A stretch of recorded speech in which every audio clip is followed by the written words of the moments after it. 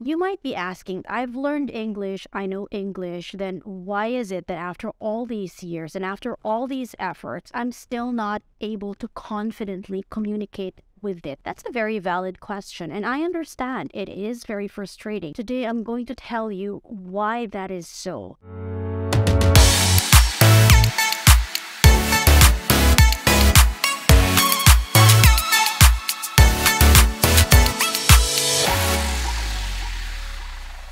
Hi, in the last two videos, we've established two very important things. First, that the real problem behind most people's struggle in communicating effectively in English has to do with their limiting beliefs. The second is that there is actually a way of dealing, of challenging, and eventually changing these limiting beliefs. Last week, I talked about the LICA framework. Now, if you are ready to take action, then stay with me today because in today's video, I'm going to tell you exactly what action needs to be taken. So, I'm going to assume that, like most everyone, you learned English in school. So, while you were growing up in elementary school, you took up general English. Then maybe your parents at some point as you were growing up even sent you to summer camps or summer schools where English was also introduced. Maybe if you have always been bent on learning this language, maybe you even did an experience abroad. Maybe you went to an English-speaking country as an exchange student, and so that you could immerse yourself fully in this language, that you are a professional and you recognize the importance of English in advancing your professional career. Maybe you're even going as far as listening to podcasts in English. Maybe you're even watching series. Maybe you're watching Netflix in English, or just basically doing everything to immerse yourself in this language. Now, I have good news for you. This means that you already have a solid working foundation in terms of learning English as a language, okay? That means you now need to shift your energy into learning English as a skill. Now, what exactly do I mean by that? You might be asking, what is the difference? I've learned English, I know English, then why is it that after all these years and after all these efforts, I'm still not able to confidently communicate with it? That's a very valid question, and I understand it is very frustrating because if you think about all the time and the resources that you've put into perfecting this language, then it's understandable that you feel frustrated because if you find yourself still not comfortable about communicating in English, maybe with your colleagues or maybe with your partners, or you're still having second thoughts about doing that presentation in English, then that is logical. But again, today I'm going to tell you why that is so. There is a huge difference about learning a new language, a foreign language, as a language and learning it as a skill. Now, as I've said, you've already learned English as a language, so it's time that you shift your focus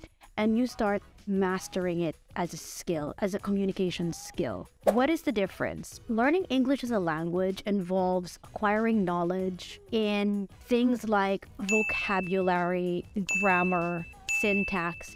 Okay, so these are all things you already know because again, these are the things that were introduced to you in general English. Learning English as a skill instead means learning or having the ability to use the language effectively in various contexts. Okay, there's a big difference there because it means that you're able to use the language, you're able to speak up confidently depending on the situation that you find yourself in. Are you at the airport? Are you about to welcome your foreign partners? Are you about to facilitate a meeting in English? So these are different contexts that if you were confident enough, you should be able to handle perfectly. Second difference, language skills refer to being proficient in the four skills, okay? Writing, reading, listening, and speaking. But concentrating on communication skills refers to the ability to convey information, to getting your message across, to making yourself understood and understanding others.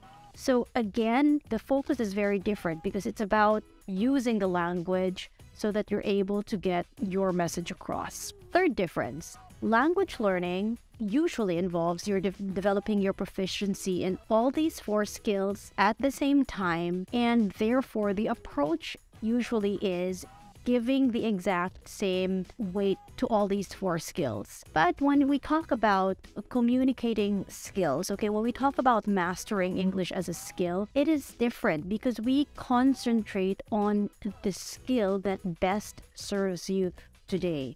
So for example, you are in fashion and you are normally tasked to liaise with your suppliers or your logistics team.